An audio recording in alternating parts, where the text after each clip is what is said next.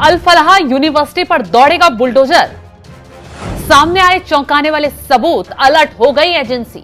नमस्कार, आप देख रहे हैं एनएमएफ न्यूज में आपके साथ शबनम। दिल्ली धमाके ने देश ही नहीं पूरी दुनिया को दहलाकर रख दिया। बड़े बड़े डॉक्टर खतरनाक खेल में पकड़े गए, लेकिन इसके बीच एक ऐसा नाम सामने आया जिसने पूरे तंत्र की रीढ़ को हिलाकर रख दिया।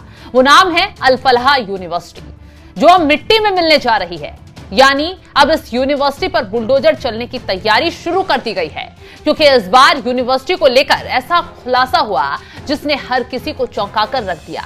एजेंसी भी अलर्ट मोड में आ गई।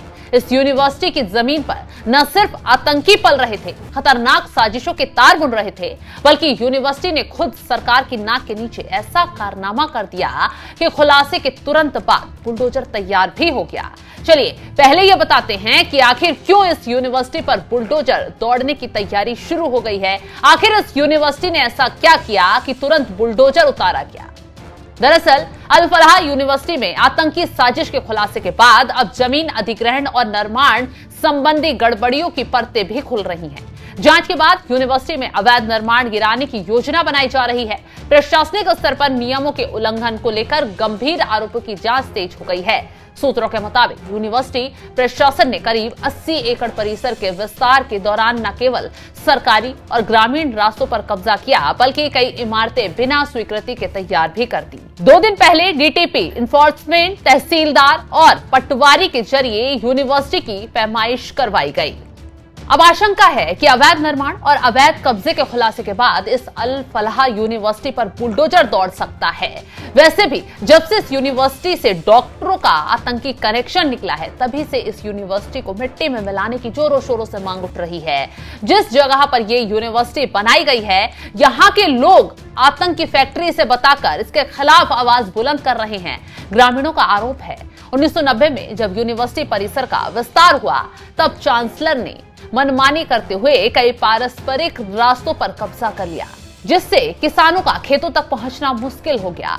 शुरुआत में 30 एकड़ में इंजीनियरिंग कॉलेज बना, लेकिन बाद में आसपास की जमीन खरीदकर भवनों का विस्तार किया गया। तो देखा आपने कैसे यूनिवर्सिटी के नाम पर न सिर्फ तानाशाही दिखाकर जमीन कब्जाने का काम शुरू किया गया, बल्कि इस जमीन का ही इस्तेमाल मुजम्मिल और उमर जैसे डॉक्टर आतंक के लिए कर रहे थे। अब कैसे इस यूनिवर्सिटी की परतें खुली, कैसे जांच एजेंसियों के रडार पर अल फलाह यूनिवर्सिटी आई, चलिए विस्तार से जान लीजिए। परतें खोलकर पूरा मामला विस्तार से ही बता देते हैं।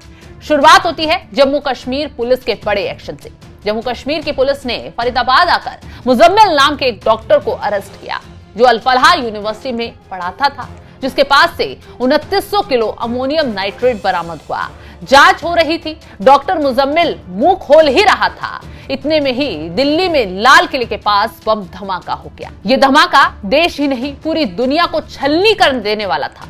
सबूत मिले, सीसीटीवी खंगाले गए, सामने आया धमाका करने वाला आतंकी डॉक्टर उमर था, यानी डॉक्टरों के ही नेटवर्क का एक पार्ट, जिसका कनेक्शन न सिर्फ अल फलाह यूनिवर्सिटी से था, बल्कि पहले गिरफ्तार हुए डॉक्टर मुजम्मिल से भी था।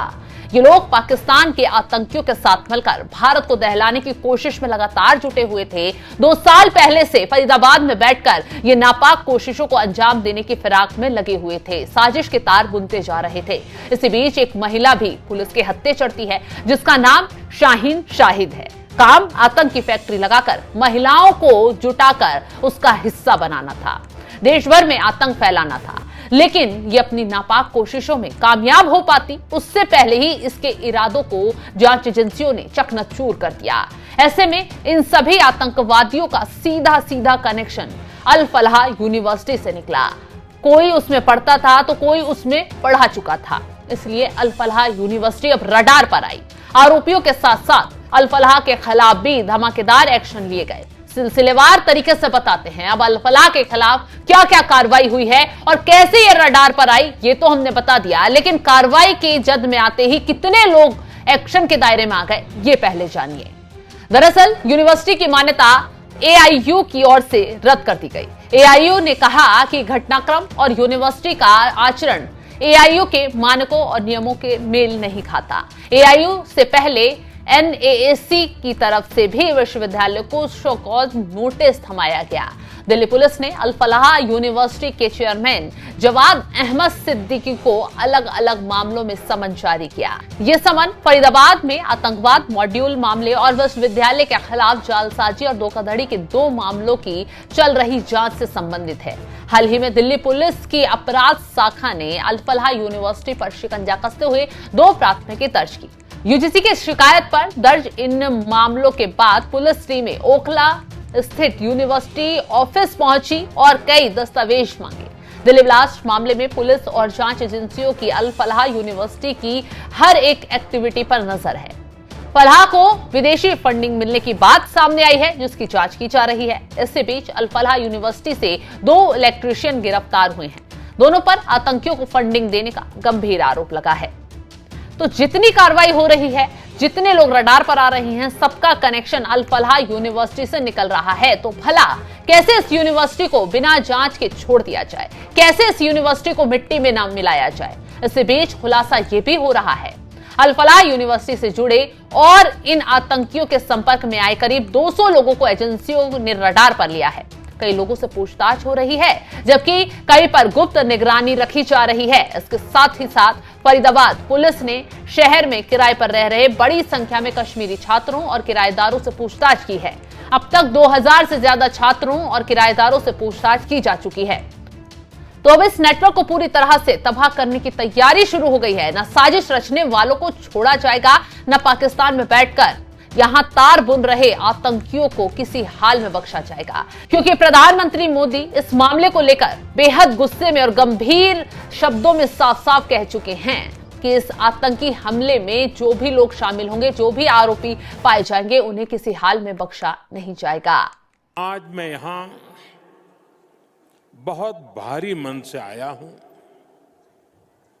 कल शाम दिल्ली में हुई भयावह घटना ने सभी के मन को व्यथित कर दिया है। मैं पीड़ित परिवारों का दुख समझता हूं। आज पूरा देश उनके साथ खड़ा है। मैं कल रात भर इस घटना की जांच में जुटी सभी एजेंसियों के साथ, सभी महत्वपूर्ण लोगों के साथ संपर्क में था, विचार विमर्श चलता था, जानकारियों के तार जोड़े जा रहे थे। हमारी एजेंसियां इस षड्यंत्र की तह तक जाएगी। इसके पीछे के षड्यंत्रकारियों को बख्शा नहीं जाएगा। All those responsible will be brought to justice.